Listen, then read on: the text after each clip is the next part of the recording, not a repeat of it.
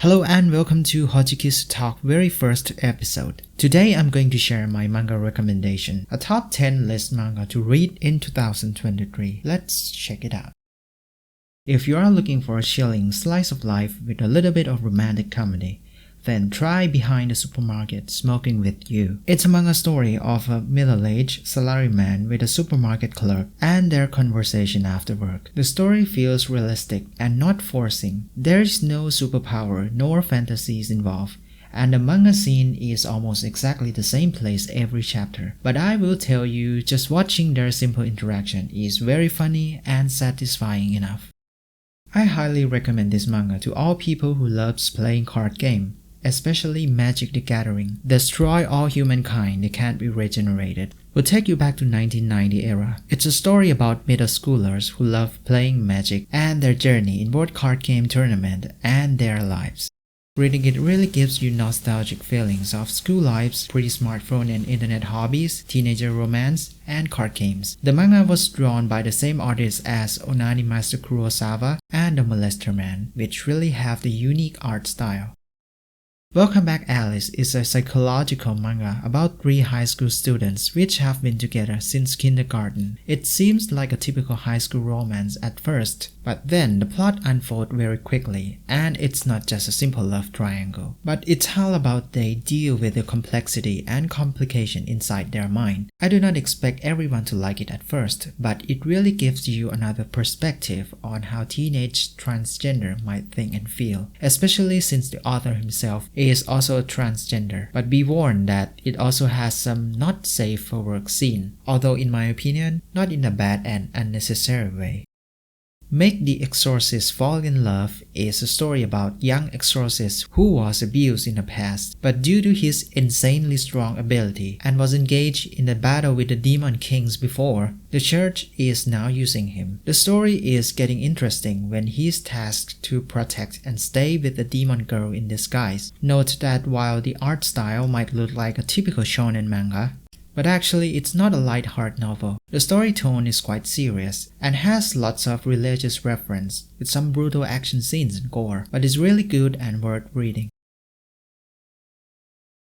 Well, technically this is a manga, but this one is so good that I want to recommend it anyway. I believe many people have heard about the Breaker series, but if you're not, and you like action manga with MC growth from zero shrimp to an op MC with insane power, then you must read The Breaker. The author paused this series for years to work on another project, but now the third and final season is here. The Breaker Eternal Force will be the conclusion of the long-awaited tales and the clash of the martial artists. The story will now focus on Lee Shi-woon, which now fully took up the mantle of the head of the Sun Wu clan and honed his skills to be ready to fight with his own master. The only thing that was a bit disappointing for me is while the previous season was drawn in manga style, the latest one is in webtoon, which I personally think that it doesn't have the charm like manga.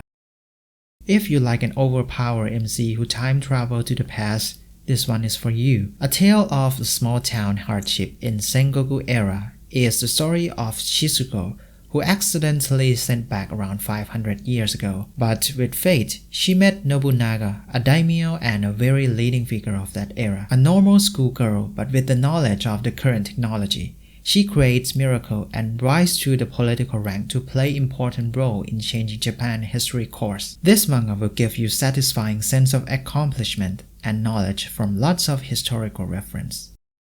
If you want a light and heartwarming manga to brighten up your mind, then this one is a must. The Fragrant Flower Blooms with Dignity is a story of a group of high schoolers between a high class and a low class school. Leading by Rintaro and Karuko, this manga is not just about romance, but a slice of life, a strong friendship, and a coming of age. While it does not have a serious complicated plot or having to deal with heavy issues, the conversation between characters make the story even more relatable to many of our lives and also give us a satisfying feeling and heartwarming.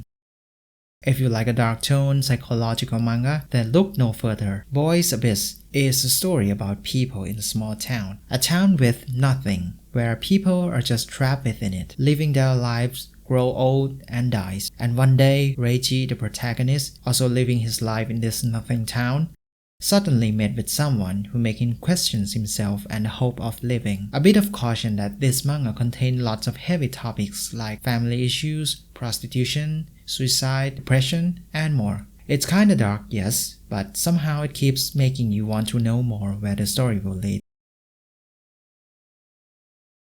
This one, I think, is a hidden gem. My Home Hero is a story about middle-aged father who accidentally involved with a crime and have to take on the crime syndicate himself. But don't expect that he is an overpowered MC who goes guns blazing into mobs or anything. On the other hand, he is just an average guy like us, which makes the story even more convincing and exciting. So if you like a manga about crime, thriller, and a small action with lots of thinking, this one is for you.